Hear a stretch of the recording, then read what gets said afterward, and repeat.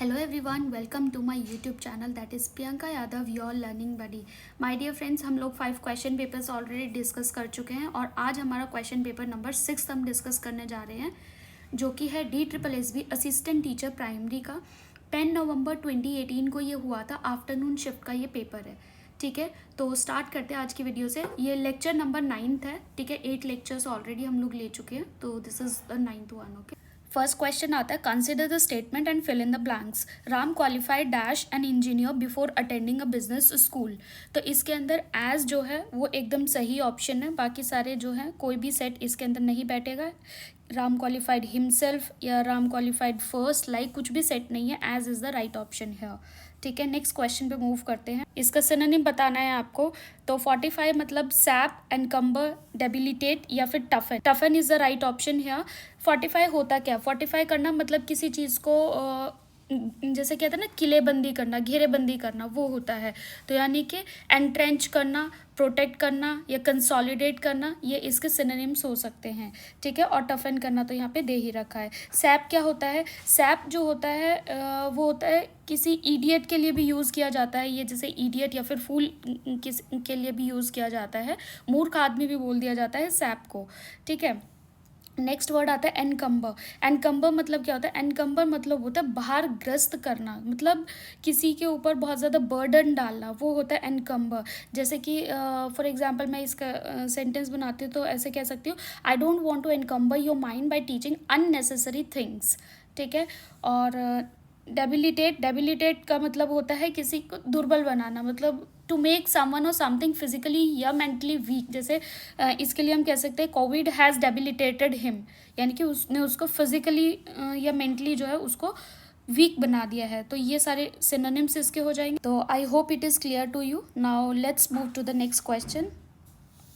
Next question आता है, consider the statement and fill in the blank. तो a person who wants to subvert a government is called a या an. देखिए, subvert मतलब क्या होता है? भ्रष्ट करना या फिर तख्ता पलट करना या नष्ट कर देना होता है subvert means. The right option here is anarchist. Anarchist क्यों होगा सही? क्योंकि कल हमने वर्ड पढ़ा था एनार्की से रिलेटेड ही, आर्की और क्रेसी। आर्की और क्रेसी जो वर्ड होता है, CRAC, वही आर्की और क्रेसी वर्ड जो होते हैं ये सब रिलेटेड टू रूल होते हैं। ठीक है, तो एनार्की क्या होता है? एनार्की होता है ए गवर्नमेंट बाय नन। आर्की मतलब गवर्नमेंट किसी की होना, और एनार्की क्या हो जाएगा? ए गवर्नमेंट बाय नन, किसी के द्वारा, जहाँ पे केओस हो या स्टेट ऑफ कन्फ्यूजन हो, डिसऑर्डर हो, ये कल बताया था मैंने। या फिर एक्रेसी। देखिए, इससे रिलेटेड ना बहुत सारे वर्ड्स बन सकते हैं, जैसे कि एनार्की, एनार्की हो जाएगा। ठीक है, या फिर एक्रेसी भी हो सकता है। क्रेसी मतलब रूल होना किसी का, और एक्रेसी मतलब यानी कि जहाँ पे रूल ना हो, ए गवर्नमेंट बाय नन हो। एंटाक्रेसी, एंटाक्रेसी, एंटाक्रेसी मतलब हो जाएगा ऑपोजिशन टू गवर्नमेंट। एक जो गवर्नमेंट है उसके ऑपोजिशन में जो होगा वो आपका हो जाएगा एंटाक्रेसी। फिर एक आता है एडोक्रेसी। एडोक्रेसी, एडोक्रेसी होता है एक government in an unstructured fashion, या फिर अनस्ट्रक्चर्ड ऑर्गेनाइजेशन के लिए भी यूज़ किया जाता है एडोक्रेसी। और इससे वर्ड बन सकते हैं ऑटोक्रेसी और डेमोक्रेसी, तो हम कल पढ़ ही चुके थे, ऑटोक्रेसी और डेमोक्रेसी, ये तो हम कल पढ़ ही चुके थे। एक और हो सकता है, जैसे कि एंडो एक वर्ड होता है, एंडो, एंडोक्रेसी यानी कि a government by men, that is androcracy. ठीक है, बायार्की या बाइनार्की या डायार्की, डिनार्की, डुआर्की, ये सारे वर्ड्स इससे रिलेटेड हो सकते हैं। ठीक है, तो इसके ऊपर क्रेसी के ऊपर चलो एक अलग ही स्लाइड में बना दूंगी, यानी कि वन वर्ड सब्स्टिट्यूशन के अंदर बोल सकते हैं, या फिर वोकेबलरी वाले पार्ट के अंदर एक स्लाइड इसकी प्रॉपर बना दूंगी, और जितने भी इससे रिलेटेड वर्ड्स हैं जो पेपर में आते हैं वो डिस्कस कर लेंगे। अभी इतना ही रखते हैं, इसको बहुत ज़्यादा लंबा नहीं करते हैं। ठीक है, तो नेक्स्ट स्लाइड पर मूव कर जाते हैं आप। इसका जो आंसर हो जाएगा, person who wants to subvert a government is called an anarchist हो जाता है वो, ठीक है। एनालाइज्ड कौन होता है? एनालाइज्ड कोई भी कर सकता है किसी भी चीज़ को, जैसे कि सपोज करो एक साइकेट्रिस्ट है तो वो भी क्या करता है, मनोविश्लेषक जो होता है वो भी क्या करता है, चीज़ों को एनालाइज करता है, तो वो एनालाइज्ड कहलाएगा, ठीक है। फिर आता है antichrist. Antichrist means which is opposite to the religion, ठीक है, वो एंटीक्रिस्ट हो जाएगा। एनिमिस्टिक मतलब हो जाता है स्पिरिचुअलिज्म, पैंथिज्म। एनिमिस्ट मतलब आध्यात्मिक, ठीक है। नेक्स्ट स्लाइड पे मूव करते हैं। Consider the statement and fill in the blank. The burning of fossil fuels releases harmful क्या, हार्मफुल ग्रीन हाउस गैसेज निकालता है ये तो सभी को पता है, साइंस का और ईवीएस के अंदर ये क्वेश्चन है, ठीक है। तो burning of fossil fuels releases harmful green house gases. Okay, next question पे मूव करते हैं। What is the synonym of abject? Abject मतलब होता है दीनहीन होना, यानी कि जो दयनीय स्थिति में हो, ठीक है, बहुत ही भयानक स्थिति में जो हो, वो होता है एब्जेक्ट, ठीक है। यानी कि मिजरेबल वर्ड इसके लिए यूज कर सकते हैं हम। इसका राइट ऑप्शन हो जाएगा miserable. Miserable, gloomy, pathetic, miserable या पैथेटिक, ग्लूमी भी यूज कर सकते हैं, ठीक है। पैथेटिक हो गया। रैश्ड वर्ड भी अच्छा होता है, रैश्ड, वो भी इसी से रिलेटेड होता है, ठीक है। तो ये सारे के सारे जो वर्ड्स होते हैं ये सारे आपके एब्जेक्ट से रिलेटेड होते हैं, मिजरेबल सिचुएशन को दिखाते हैं, ठीक है। जोवियल क्या होता है? जोवियल मतलब बहुत हंसमुख जो इंसान रहता है ना, उसके लिए जोवियल वर्ड का यूज़ कर दिया जाता है। और इसके सिनोनिम्स में हम यूज़ करते हैं जैसे एमिएबल। एमिएबल मतलब जो बहुत ही जॉयफुल रहता है, उसके लिए एमिएबल यूज़ कर दिया जाता है। बायोयेंट भी एक वर्ड होता है, BUOYANT, ये इसका बायोयेंट होता है। और कॉर्डियल भी वर्ड यूज़ कर दिया जाता है, कॉर्डियल, ठीक है। कॉर्डियल या एफेबल भी बोल सकते हैं, अफेबल, ठीक है। बहुत गंदी राइटिंग आ रही है, अफेबल। ये सारे के सारे वर्ड्स जो है जोवियल से रिलेटेड होते हैं, ठीक है। नेक्स्ट हमारा आ जाता है बायेंट। बायेंट कौन होता है? बायेंट भी होता है हंसमुख, यानी कि ये दोनों जो है, जोवियल हो गया, बायेंट हो गया, ये दोनों क्या है, आपस में सिनोनिम है। जॉन्टी क्या होता है? जॉन्टी होता है मस्ती भरा। जॉन्टी जो होता है उसके लिए यूज़ करते हैं मस्ती भरा। तो ये भी मतलब ये तीनों के तीनों वर्ड जो है आपस में रिलेटेड है। हम यही कंक्लूड करते हैं कि एब्जेक्ट जो होता है वही जो है सिनोनिम है मिजरेबल का। इस क्वेश्चन पे मूव करते हैं। Consider the statement and fill in the blank. A report has revealed that men are paid higher dash and receive bigger bonuses than women. तो क्या इनवॉइसेस पेड हायर, क्या higher salaries ही तो होगा, ठीक है, सैलरी तो ज़्यादा मिलती है मैन को। ये कौन बताता है? ये एक रिपोर्ट बताती है कि men are paid higher salaries and receive bigger bonuses than women, ठीक है। इसका ये हो जाएगा। नेक्स्ट क्वेश्चन पे मूव करते हैं। Identify the word that has the closest association with the following word. Closest association बताना है किसका है? जैसे हॉस्पिटैलिटी है, हॉस्पिटैलिटी किससे रिलेटेड है? सबसे पहले हॉस्पिटैलिटी का मतलब क्या होता है? हॉस्पिटैलिटी का मतलब होता है आप किसी की खातिरदारी करते हो, आप किसी का आदर सत्कार करते हो, रिस्पेक्ट करते हो, ठीक है। और इससे रिलेटेड हमारा वर्ड हो जाएगा होस्ट, क्योंकि होस्ट क्या करता है? होस्ट किसी भी प्रोग्राम को प्रेजेंट करता है, एंकर के फॉर्म में होता है वो, ठीक है। तो वो होस्ट जो है वो हॉस्पिटैलिटी से रिलेटेड हो जाएगा। थेरेपिस्ट कौन होता है? थेरेपिस्ट इज अ वन जो एनालाइज करता है, साइकेट्रिस्ट भी हो सकता है, साइको एनालिस्ट भी हो सकता है, डॉक्टर को भी आप थेरेपिस्ट बोल सकते हो, क्योंकि प्रॉब्लम होती है और उसको सॉल्व करता है, वो सारी चीज़ों को देखते हुए चीज़ों को, रिपोर्ट को एनालाइज करता है, फिर बताता है, ठीक है। वो तो थेरेपिस्ट, डॉक्टर आपको पता ही है, हॉस्पिटल आपको पता ही है। नेक्स्ट क्वेश्चन पे मूव कर जाते हैं। नेक्स्ट आता है dash can take the place of a conjunction and are placed before introductory words like therefore और however. They are also use to separate a list of things if there are commas within each unit. सबसे पहले समझते हैं semicolons. Semicolons कैसे होते हैं? ये होता है सेमीकॉलन, ठीक है। फिर कॉलन कैसा होता है? ये होता है कॉलन। एपोस्ट्रॉफीज कैसा होता है? एपोस्ट्रॉफी ऐसा होता है, एपोस्ट्रॉफीज, ठीक है। पेरेंथेसिस कैसा होता है? पेरेंथेसिस कोई भी ब्रैकेट हो सकता है, ठीक है, या आप कोमास के अंदर जो क्लोज कर देते हो, वो भी हो सकता है।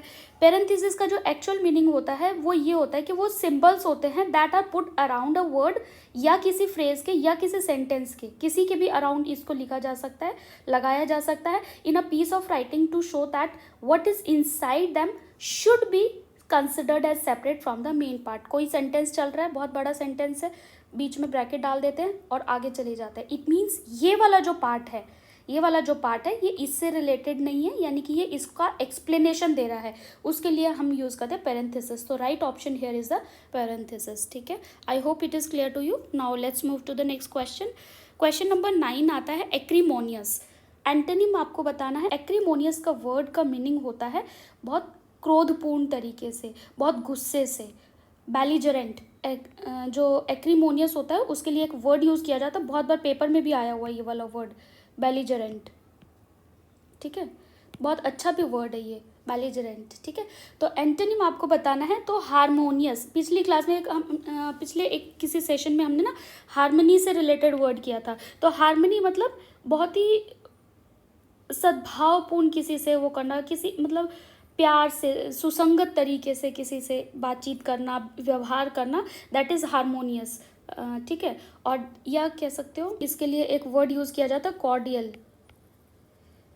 कॉर्डियल वर्ड का यूज़ कर ले, या फिर बैलेंस्ड भी बोल सकते हैं। बैलेंस यानी कि जो बहुत ज़्यादा ना तो गुस्सा करता है ना शांत रहता, मतलब बीच का, जो कोऑर्डिनेटिंग वाली जो सिचुएशन होती है ना, कोऑर्डिनेटिंग वाली, वो हो जाती है। ठीक है, या फिर इसके लिए एक और बहुत अच्छा वर्ड होता है एमिकेबल।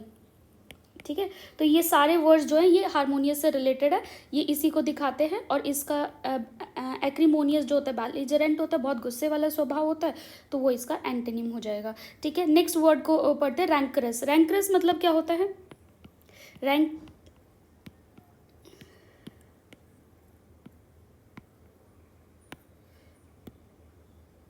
हाँ जी, तो रैंकरस मतलब होता है, रैंकरस मतलब होता है हेटफुल।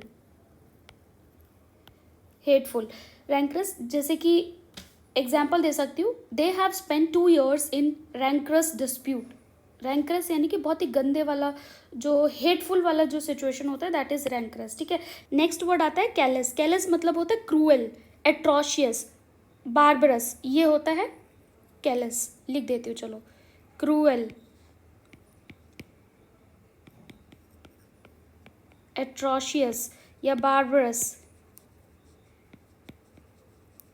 ठीक है, फिर आता है नेक्स्ट इम्प्लेकेबल। इम्प्लेकेबल मतलब बहुत ज़्यादा जो ज़िद्दी होता है, रथलेस जिसको बोलते हैं, निर्दयी एकदम। ठीक है, इंट्रैक्टेबल, बहुत ज़्यादा ज़िद्दी, ढीठ इंसान जो होता है, रिलेंटलेस, अनयील्डिंग, अनकॉम्प्रोमाइजिंग, ये सारे वर्ड्स जो है ये इम्प्लेकेबल के लिए यूज़ होता है। चलो लिख देती हूँ इनको भी। एक होता है रुथलेस, ठीक है, इंट्रैक्टेबल, ठीक है, या फिर रिलेंटलेस, ठीक है, या अनयील्डिंग। अनयील्डिंग, ये सारे के सारे वर्ड्स जो होते हैं वो इसी के आसपास के होते हैं, सिनोनिम्स होते हैं इसके। ठीक, नेक्स्ट क्वेश्चन पे मूव करते हैं। Identify the infinitive phrase. Infinitive phrase कौन सा है वो बताना। My brother loves to watch movies, Dolu and Bolu love watching movies, everybody loves to watch movies, या Simon loves to watch movies. ठीक है, तो इसके अंदर जो इन्फिनेटिव फ्रेज बताना है, इन्फिनेटिव फ्रेज हो जाएगा everybody loves to watch movies. ठीक है, नेक्स्ट आता है consider the statement and fill in the blank. The skin of his neck is not rough और स्लीमी। रफ और स्लीमी नहीं है, in fact it is quite dry and dash. Rough and slimy नहीं है तो कैसी होगी? ड्राई एंड स्मूथ हो जाएगी। ठीक है, रफ स्मूथ इस तरीके से यूज़ कर सकते हैं, सॉलिड वगैरह तो यूज़ कर नहीं सकते ना। और रफ इसमें ऑलरेडी दे रखा है, तो रफ वैसे स्टिफ थोड़ी होती है। स्किन ऑफ द नेक जो होती है वो स्मूथ होती है। ठीक है, तो स्मूथ वर्ड का यूज़ कर सकते हैं यहाँ पे। Now let's move to the next question. What is the antonym of ceremonious? Ceremonious होता है फॉर्मल तरीके से जो चीज़ होती है ना, औपचारिक यानी कि फॉर्मल। फॉर्मल उसके लिए यूज़ किया जाता है सेरेमोनियस। तो इसका आपको एंटोनिम बताना है, तो यानी कि फॉर्मल अगर ये है तो इसका एंटोनिम क्या हो जाएगा? इनफॉर्मल हो जाएगा। ठीक है, तो वैसे सेरेमोनियस का मतलब होता है फॉर्मल और इसका एंटोनिम हो जाएगा इनफॉर्मल। नेक्स्ट वर्ड आता है पॉम्पस। पॉम्पस का मतलब होता है बहुत ज़्यादा बॉम्बास्टिक जो होता है, यानी कि जो सेल्फ सेंटर्ड जो होता है उसके लिए पॉम्पस वर्ड का यूज़ किया जाता है। मोमेंटस, मोमेंटस यानी कि क्रूशियल, बहुत ज़्यादा क्रूशियल जो होता है या इन मोमेंट जो होता है दैट इज़ मोमेंटस, या फिर क्रूशियल या कंसिक्वेंशियल भी कई बार कह दिया जाता है। तो ये वर्ड्स इससे रिलेटेड है, ठीक है। नेक्स्ट क्वेश्चन आता है, consider statement and fill in the blank. I won't let you my car dash, you promise to drive carefully. मैं आपको अपनी कार नहीं दूंगा अनलेस, जब तक कि आप प्रॉमिस नहीं करते कि आप उसको केयरफुली ड्राइव करेंगे। तो यानी कि इसके अंदर एक्सेप्ट, इन केस, अनलाइक तो आ ही नहीं सकता। इन केस अगर ऐसा होता तो ये सिचुएशन देने वाले के लिए, अनलाइक, एक्सेप्ट, ये तो कोई भी वर्ड यूज़ ही नहीं होगा, ठीक है। अनलेस, जब तक की के सेंस में ये यूज़ हो रहा है, ठीक है। नेक्स्ट वर्ड पे आते हैं, what is the synonym. Next question पे आता है, what is the synonym of conscious. Conscious मतलब किसी काम को बहुत ही अच्छे तरीके से करना, मतलब बहुत ही केयरफुल तरीके से करना। तो इसका सिनोनिम आपको बताना है, तो ये हो जाएगा केयरफुल। केयरफुल यानी कि किसी काम को बिल्कुल एक्यूरेट तरीके से, ध्यान लगा के, कंसाइंटेनियस तरीके से डेलिब्रेट करना, ठीक है। डेलिब्रेट वर्ड हम पिछले सेशंस के अंदर भी कर चुके हैं। नेक्स्ट वर्ड आता है कैलेस।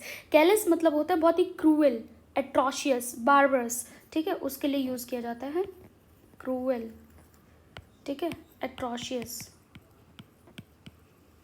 या बार्बरस।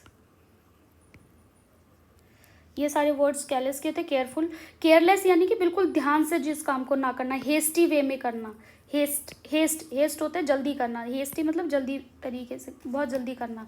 कैजुअल क्या होता है, कैजुअल मतलब बहुत ही लापरवाही वाले जो तरीके हो से किसी काम को करना, उसके लिए कैजुअल वर्ड का यूज़ कर दिया जाता है, ठीक है। नेक्स्ट क्वेश्चन पे मूव करते हैं, what is the antonym of Valiant. Valiant मतलब क्या होता है, वैलिएंट होता है बहुत ज़्यादा जो साहसी, हिम्मत वाला जो होता है ना, उसके लिए वैलिएंट वर्ड का यूज़ होता है। और आपको यहाँ पे इसका बताना है एंटोनिम। एंटोनिम इसका हो जाएगा कॉवर्डली। वैलिएंट बहुत ज़्यादा हिम्मत वाला, तो कोवर्डली यानी कि डरपोक जो होता है ना, उसके लिए कोवर्डली वर्ड यूज़ किया जाता है। इम्परवियस क्या होता है, इम्परवियस होता है जो किसी चीज़ से प्रभावित ना हो, अप्रभावित, अनअफेक्टेड जो रहे ना, इम्परवियस यूज़ किया जाता है। अनडॉन्टेड क्या होता है, अनडॉन्टेड यानी कि जो किसी से नहीं डरता, बहुत दबंग, बहुत साहसी। अगर इसका सिनोनिम पूछा जाता है वैलिएंट का तो वो अनडॉन्टेड हो जाता है। इंट्रेपिड क्या होता है, ये भी निर्भय, निडर होता है। तो ये सारे वर्ड्स इससे रिलेटेड है, जैसे अनडॉन्टेड हो गया, इंट्रेपिड हो गया, वैलिएंट हो गया, ये सारे वर्ड्स एक जैसे हैं। और कावर्डली वर्ड जो है वो अलग है, ठीक है। तो आगे क्वेश्चन पे मूव करते हैं। सो अब आता है आपका काम शुरू होता है, थोड़ा सा इसको अच्छे से रीड कर लीजिए। ये आता है हमारा कॉम्प्रीहेंशन। तो अब आपका काम शुरू होता है, आपको इसको रीड करना है, या फिर आप इसका स्क्रीनशॉट भी ले सकते हैं। इसका स्क्रीनशॉट लीजिए और इसको सॉल्व करने की कोशिश कीजिए। टाइमर सेट करके करना है ना, तो जिससे क्या होगा, आपका धीरे धीरे स्पीड जो है वो इंक्रीज़ होती जाएगी, ठीक है। और ये आपके कुछ क्वेश्चन है जो कि मैं आपको दिखा देती हूँ, आप स्क्रीनशॉट ले लीजिए इनका, है ना।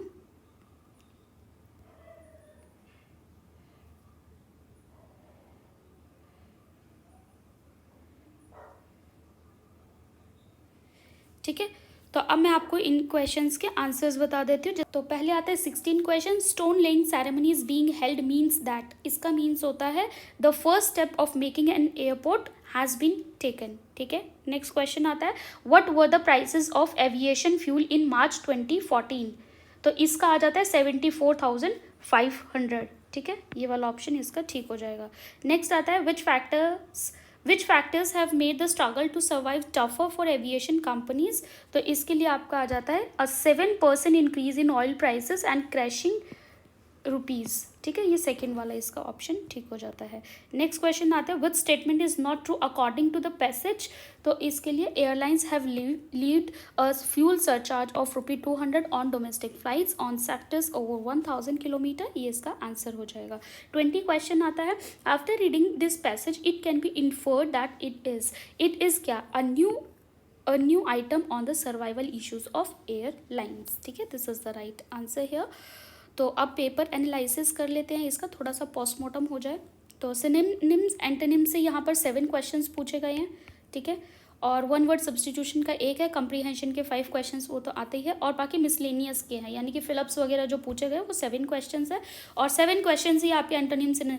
माय डियर फ्रेंड्स, इस चीज़ को ध्यान दे लीजिए, आप वोकैबलरी पार्ट को ना बिल्कुल भी नेग्लेक्ट नहीं कर सकते हो। मैं हर सेशन के अंदर वोकैबलरी पार्ट के अंदर बहुत ज़्यादा जोर देती हूँ। वो उसके पीछे का रीज़न यही है कि 3 से 4 क्वेश्चन ऑलमोस्ट हर पेपर में दिखे, और इससे ज़्यादा ही देखे, इससे कम तो मैंने अब तक किसी पेपर में देखे नहीं है। बाकी आगे का और देखते जाएंगे जैसे जैसे पेपर्स जो है सॉल्व करते जाएंगे हम। लेकिन वोकैबलरी के सेशंस में लेकर के आती हूँ, अब चाहे वो वन वर्ड सब्स्टिट्यूशन के फॉर्म में करवा दूँ या सिनोनिम एंटोनिम्स के फॉर्म में करवा दूँ। देखिए वो सारी चीज़ें इंटरलिंक्ड होती है, रूट वर्ड से करवाऊँ तो सारे के सारे वोकैबलरी का कोई वो नहीं होता है, ठीक है। आपके जो प्रीवियस ईयर पेपर्स में जो वोकैबलरी आई है, अगर उसी को हम किसी भी फॉर्म में कर लेते हैं, रूट वर्ड्स को पकड़ के करते हैं, या फिर हम वन वर्ड सब्स्टिट्यूशन के फॉर्म में करते हैं, तो वो कहीं ना कहीं इंटरलिंक्ड हो ही जाती है, ठीक है। तो आज का सेशन यही ख़त्म होता है। आई होप आप लोगों को सेशन जो है मेरा पसंद आया होगा। Thank you very much for giving your precious time.